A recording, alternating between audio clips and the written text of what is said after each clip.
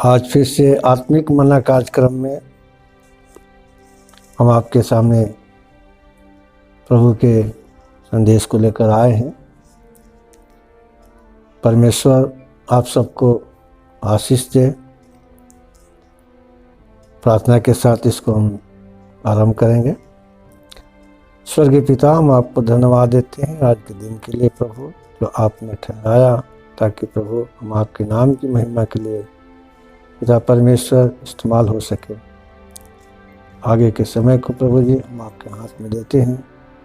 इस समय को प्रभु अपने आत्मा के नियंत्रण में लीजिए प्रभु, और प्रभु अपने बातों को सही तरीके से जैसे तेरे वचन में लिखा है बोलने के लिए प्रभु हमारी अगुवाई करे। पवित्र आत्मा आपकी अगुवाई में सब कुछ होने के लिए हम प्रार्थना करते हैं। आगे के समय को प्रभु जी हम आपके हाथ में देते हैं। विनती उद्धार करता प्रभु यीशु मसीह के पवित्र नाम से मांगते हैं, सुनिए और स्वराज में ग्रहण कीजिए पिता, आमीन।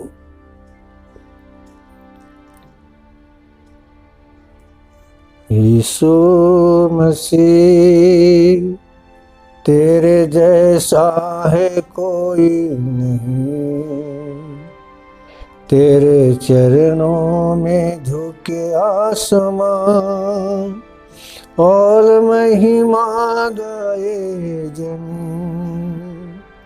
हम गाए हो सना, तू राजाओं का है राजा, तेरी महिमा होवे सदा। तू है प्रभु हमारा खुदा, तू है प्रभु हमारा खुदा। प्यारे पिता, आपने हमसे इतना प्यार किया, हमें पापों से छुड़ाने को अपनी बेटे को कुर्बान किया। हम गाए हो सना, तू राजाओं का है राजा, तेरी महिमा होवे सदा। तू है प्रभु हमारे खुदा, तू है प्रभु हमारा खुदा। अभी आज का मेरा विषय है यीशु का राज। यीशु के राज्य के बारे में हमें बाइबल में क्या लिखा है, इस बातों को हम देख करके मनन करेंगे। बहुत सारे लोग यीशु के राज्य के बारे में गलत संदेश को समझे हैं और गलत उनके मन के अंदर एक विचार बैठा है, यीशु मसीह के लोग मान लेंगे तो ये हमारा देश जो है गुलाम हो जाएगा। इस प्रकार से कुछ लोगों को ये बात जो है दिमाग के अंदर बैठा हुआ है। हम इस बात को बताना चाहते हैं यीशु मसीह का राज्य क्या है। तो हम यूहन्ना के पत्री उसका सुसमाचार, यूहन्ना सुसमाचार उसका 18 का जब 33 और 36 वचन को पढ़ते हैं तो यीशु मसीह इसके बारे में क्या बता रहे हैं उस बात को हम देखेंगे। तब पिलातुस फिर किले के भीतर गया और यीशु को बुलाकर उनसे पूछा, क्या तू यहूदियों का राजा है? अभी हमको मालूम है यीशु मसीह इस संसार में जब थे वो पकड़वाए गए तो पिलातुस जो रोमी साम्राज्य का गवर्नर था, न्यायाधीश था, उसके सामने यीशु मसीह को लाया गया और पिलातुस उनसे सवाल करता है। तब पिलातुस ने फिर किले के भीतर गया और यीशु को बुलाकर उनसे पूछा, क्या तू यहूदियों का राजा है? यीशु ने उत्तर दिया, जब 36 को पढ़ते हैं उसका 18 का 36 में लिखा है, यीशु ने उत्तर दिया, मेरा राज इस संसार का नहीं। यदि मेरा राज इस संसार का होता तो मेरे सेवक लड़ते कि मैं यहूदियों का हाथ सौंपा न जाता, परंतु मेरा राज यहाँ का नहीं। स्पष्ट रूप से यीशु मसीह ने बोला है, मेरा राज इस संसार का नहीं है, मेरा राज कहीं और का है, मेरा राज स्वर्ग है। इस बात को हमें ध्यान देने की जरूरत है। यीशु मसीह खुद बोला है, मेरा राज इस संसार का नहीं है। जैसे संसार में बहुत सारे राज्य है, उनके राजा होते हैं, प्रधानमंत्री होते हैं, मुख्यमंत्री होते हैं, राष्ट्रपति होते हैं, वो उस राज में शासन करते हैं। उसी प्रकार से यीशु मसीह का राज, यीशु मसीह के मानने वाले के राज इस प्रकार से नहीं है। यहाँ स्पष्ट तरीके से यीशु मसीह ने बताया है, मेरा राज इस संसार का नहीं, मेरा राज इस संसार का नहीं। यदि मेरा राज इस संसार का होता तो मेरे सेवक लड़ते और यहूदियों के हाथ सौंपा ना जाता। स्पष्ट तरीके से यहाँ हम देखते हैं, यहाँ जो राजनीतिक पार्टियाँ होता है, उसका दल होता है, उसके दल वाले क्या करते हैं, उसको ऊंचा उठाने के लिए, राजा बनाने के लिए, मंत्री बनाने के लिए, मुख्यमंत्री बनाने के लिए वो क्या करते हैं, समर्थन करते हैं, उसके साथ उसका सपोर्ट करते हैं। लेकिन यीशु मसीह खुद बोला, मेरा राज इस संसार का होता तो मेरा जो चेला लोग थे, मेरा जो सहयोगी लोग थे, वो लड़ते और मुझे यहूदियों के हाथ से सौंपा नहीं जाता। फिर हम देखते हैं लूका किताब उसका 23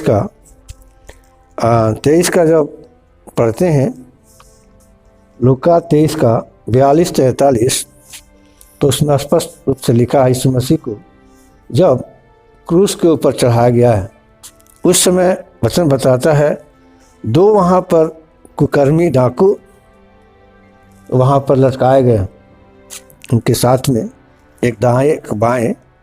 तो वहाँ पर से एक डाकू जो है उनसे कहता है, जो कुकर्मी वहाँ लटकाए गए थे उसमें से एक डाकू जो कहता था, उसका लिखा है, एक डाकू जो है वो निंदा करता है। क्या कहता है? निंदा करके कहा, जब 39 को पढ़ते हैं, उसका लूका 23 का 39 पद को पढ़ते हैं, उसमें लिखा है, जो कुकर्मी वहाँ लटकाए गए थे उनमें से एक ने उसकी निंदा करके कहा, क्या तू मसीह नहीं? तो फिर अपने आप को और हमें भी बचा। लेकिन दूसरा वहाँ पर बोल रहा है, इस पर दूसरे ने उसे डांट कर कहा, क्या तू परमेश्वर से भी नहीं डरता? तू भी तो वही दंड पा रहा है और हम तो न्याय अनुसार दंड पा रहे हैं, क्योंकि हम अपने कामों का ठीक फल पा रहे हैं, पर इसने कोई अनुचित काम नहीं किया। यहाँ पर दूसरा डाकू जो है इस बात को बोल रहा है, एक पहला डाकू को डांटकर कि हम जो कुकर्म किए हैं उसका सही न्याय संगत फल को पा रहे हैं, लेकिन इसने तो कोई अनुचित काम नहीं किया, फिर भी ये हमारे साथ ये दंड पा रहा है। तो वहाँ पर 42 में बोलता है, तब उसने कहा, हे यीशु, जब तू अपने राज्य में आए तो मेरी सुधि लेना। उसने उनसे कहा, मैं तुमसे सच कहता हूँ, आज ही तू मेरे साथ स्वर्गलोक में होगा। हालेलुया। अभी दूसरा ये डाकू को इस बात को पता चल गया, यीशु मसीह का राज यहाँ का नहीं, स्वर्ग का। और जैसा उसने उसके ऊपर विश्वास किया, यीशु मसीह ने वचन भी दे दिया, आज ही के रात तो मेरे साथ स्वर्गलोक में होगा। प्रिय भाई बहनों, बच्चों, इस बात को आपको ध्यान देना है, यीशु मसीह का राज स्वर्ग है। इसलिए उसने उस दूसरा डाकू से वायदा किया, आज ही के रात मैं तुमसे, उसने उससे कहा, मैं तुमसे सच कहता हूँ, आज ही के रात मेरे साथ स्वर्गलोक में होगा। और जैसा उसने उसके बारे में मांगा है, जैसा उसने बोला है प्रभु, जब तू अपने राज्य में आए, इसका मतलब उसको मालूम है इसका राज स्वर्ग है। इसलिए लिखा है जब तू अपने राज्य में आए तो मेरी सुधि लेना। उसने वचन दे दिया, मैं तुमसे सच कहता हूँ आज ही तू मेरे साथ स्वर्ग लोक में होगा। इस बात को हमें ध्यान देना जरूरी है। यीशु मसीह का राज इस संसार का नहीं, उसका राज स्वर्ग है। और अगला हम देखते हैं यूहन्ना 6:38 में, तो उसमें स्पष्ट रूप से कुछ बातों को लिखा हुआ है। यूहन्ना 6:38 पद में, क्योंकि मैं अपनी इच्छा नहीं वरन अपने भेजने वाले की इच्छा पर पूरी करने के लिए स्वर्ग से उतरा हूँ। यहाँ पर बोल रहा है मैं अपनी इच्छा नहीं, लेकिन मैं अपनी भेजने वाले की इच्छा पूरी करने के लिए स्वर्ग से उतरा हूँ। इसका मतलब वो स्पष्ट बोल रहा है मैं स्वर्ग से उतरा हुआ व्यक्ति हूँ। हालेलुया। तो उसने स्पष्ट किया कि मेरा राज जो है इस संसार का नहीं, मैं स्वर्ग से भेजा गया हूँ और भेजने वाले की इच्छा पूरी करने के लिए इस संसार में आया हूँ और मैं स्वर्ग से उतरा हूँ। इस बात को उसने कन्फर्म किया।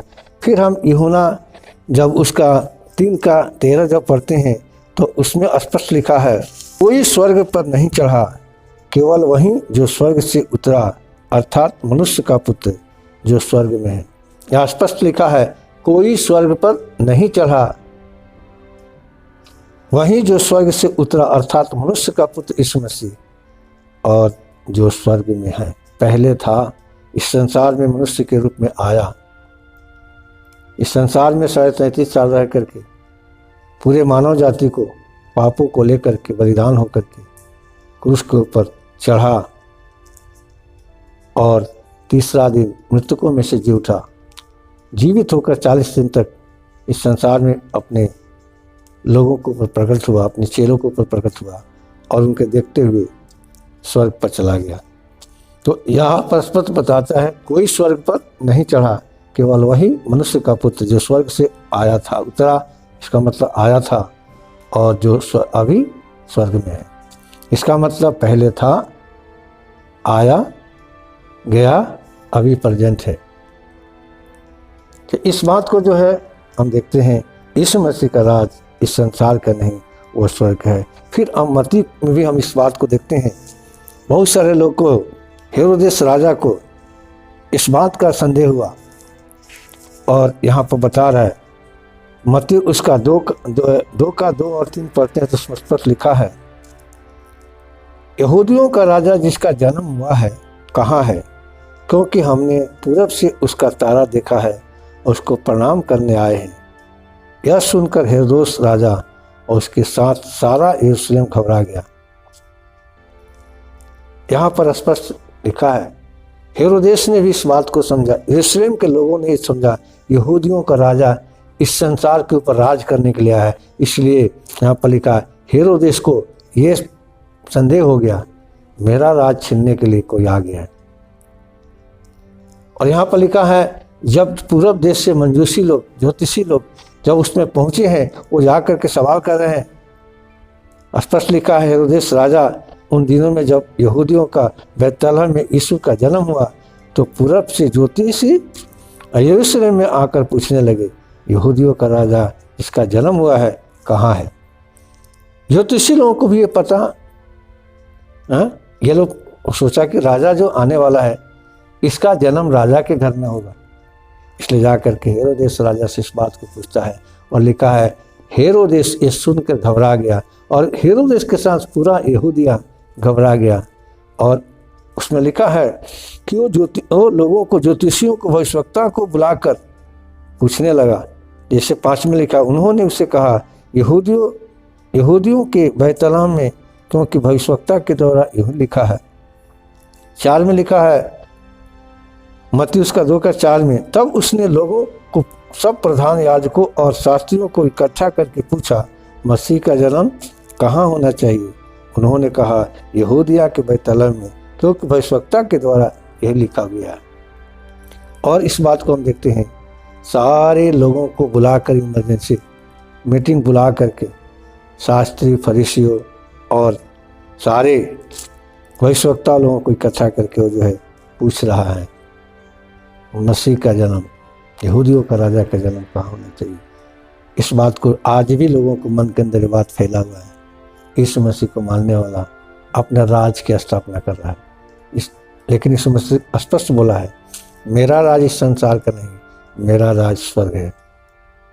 इसलिए यीशु मसीह के लोग स्वर्ग के राज की स्थापना करने, यीशु मसीह के आदेशों को पालन करते हैं। इस संसार पर उनको अधिकार के लिए नहीं है, बल्कि यीशु मसीह का राज स्वर्ग है। अगला हम देखते हैं यीशु मसीह के राज में क्या क्या होगा। उसके बारे में जब हम एशिया 11 का जब वचन को पढ़ते हैं तो उसमें स्पष्ट लिखा है, 4 से पढ़ते हैं, परंतु वह कंगालों का न्याय धर्म से और पृथ्वी के नम्र लोगों का निर्णय खराई से करेगा, और वह पृथ्वी को अपने वचन के सोटे से मारेगा और अपनी फूंक से झोंके से दुष्ट को मिटा डालेगा। उसकी कटी का फेटा धर्म और उसकी कमर का फेटा सच्चाई होगी। तब भेड़िया भेड़ के बच्चे के संग रहा करेगा और चीता बकरी के बच्चे के साथ बैठा करेगा, और बछड़ा और जवान सिंह पाला पोसा बैल तीनों इकट्ठे रहेंगे, और एक छोटा लड़का उनकी अगुवाई करेगा। गाय और रिछनी मिलकर चरेगी और उनके बच्चे इकट्ठे बैठेंगे, और सिंह बैल के समान भूसा खाया करेगा। दूध पीता बच्चा करैत के बिल पर खेलेगा, और दूध छौड़ाया हुआ लड़का नाग के बिल में हाथ डालेगा। मेरे सारे पवित्र पर्वत पर न तो कोई दुख देगा और न हानि करेगा, क्योंकि पृथ्वी यहोवा के ज्ञान से ऐसी भर जाएगी जैसा जल समुद्र से भरा रहता है। यहाँ पर स्पष्ट लिखा है यीशु मसीह का राज शांतिपूर्ण राज होगा। वहाँ पर लिखा है उसके राज्य में किसी प्रकार का हानि नहीं होगा। वो नम्र लोगों को, सच्चे लोगों को खराई से राज करेगा, और दुष्ट लोगों को सोटे से मारेगा, अपने फूंक से उनको नष्ट करेगा। बहुत सारी बातें लिखा है। रिछनी और गाय एक साथ चरेगी, छोटा बच्चा दूध पीवा बच्चा करैत के बिल पर हाथ डालेगा, शेर भी मांस नहीं खाएगा, बैल के समान भूसा खाएगा। यानी शांति शांति की प्रमाण होगा। इसलिए मेरे भाई बहनों, यीशु मसीह का राज ये संसार का नहीं, यीशु मसीह का राज स्वर्ग है। यीशु मसीह खुद इस बात को बोला है, और यीशु मसीह जो बात बोला है उसको कोई इनकार नहीं कर सकता, क्योंकि वचन में लिखा है यीशु मसीह शांति का राजकुमार है। यीशु मसीह सर्वशक्तिमान परमेश्वर है। यीशु मसीह जिंदा खुदा है। उसका राज इस संसार का नहीं, उसका राज स्वर्ग का है। इसलिए हम कभी भी इस बात की गलतफहमी में ना पड़े, क्योंकि यीशु मसीह ने खुद बोला है, मेरा राज इस संसार का नहीं, मेरा राज स्वर्ग है। मैं स्वर्ग से आया हुआ व्यक्ति हूँ। तो इस वचन से आशीष करें, प्रार्थना करेंगे। स्वर्गीय पिता, हम आपको धन्यवाद देते हैं जो प्रभु जी इस भेद की बातों को आपने बोलने के लिए यूट्यूब के माध्यम से आत्मिक मना कार्यक्रम में आपने इस्तेमाल किया। प्यारे प्रभु, जितने लोग इस संदेश को सुनते हैं उनके अंदर इस पिता परमेश्वर जो मतभेद है, जो कन्फ्यूजन है प्रभु जी, उसको दूर करें, और इस सत्य की बातों पर अमल करने के लिए, सत्य की बातों पर स्थिर रहने के लिए प्रभु आप सबों को इस्तेमाल करें। प्यारे प्रभु, धन्यवाद देते हैं, हमारी प्रार्थना को सुना, स्वीकार किया। यीशु नासरी के नाम से प्रार्थना मांगते हैं और पाते हैं। आमीन। परमेश्वर आपको आशीष दे। God bless you.